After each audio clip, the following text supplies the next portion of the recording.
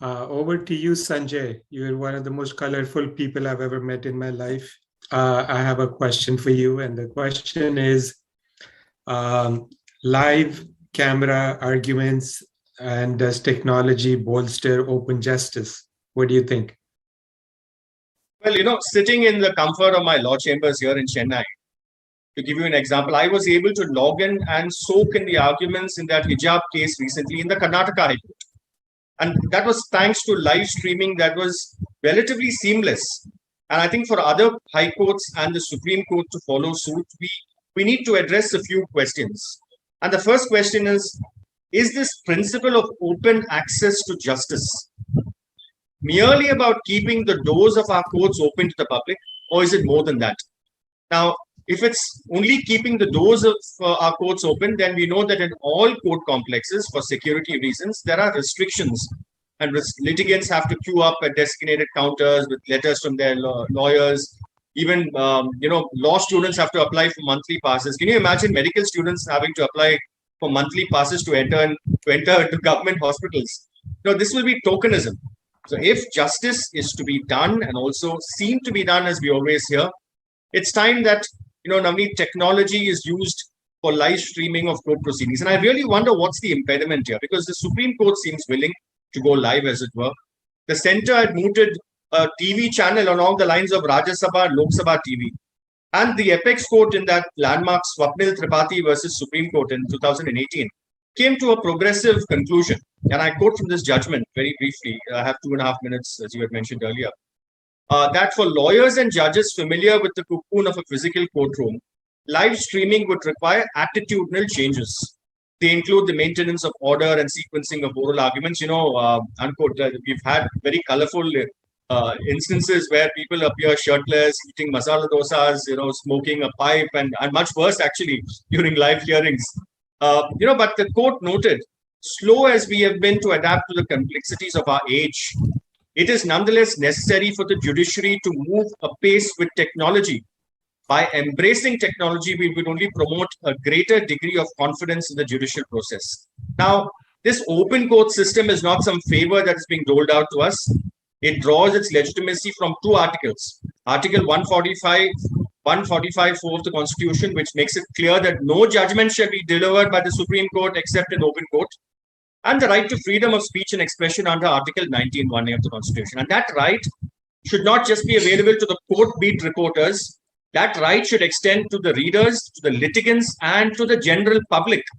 And therefore, Navneet, I believe that open court cannot be interpreted to mean only concerned parties.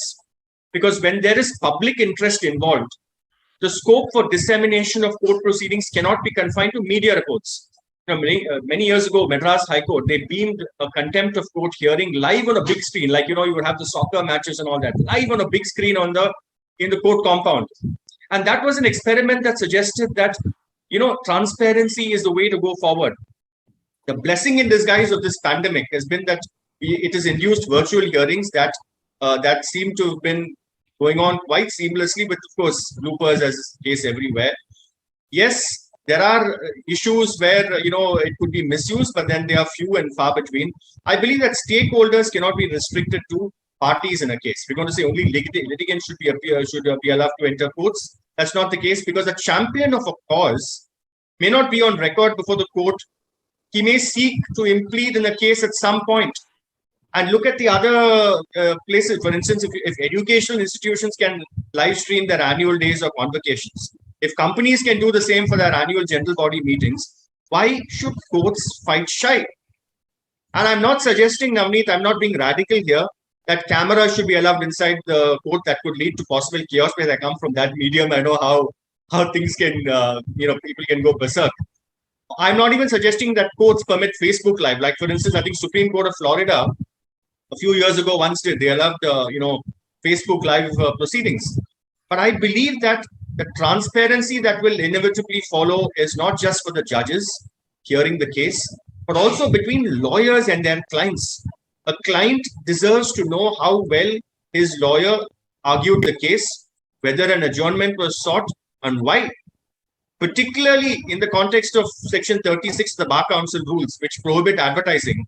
live streaming will be a boon to junior lawyers whose performance in court can be showcased, can be viewed by their seniors and prospective clients. The downside is that people believe that lawyers, judges even may play to the gallery.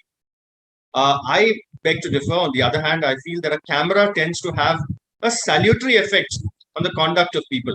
Yes, there are exceptional cases, even in that landmark Mirajkar case, when it comes to marriage, divorce proceedings, when it comes to Section 51 of the CPC, 228A of the IPC, sexual offences, POXO cases, and all that.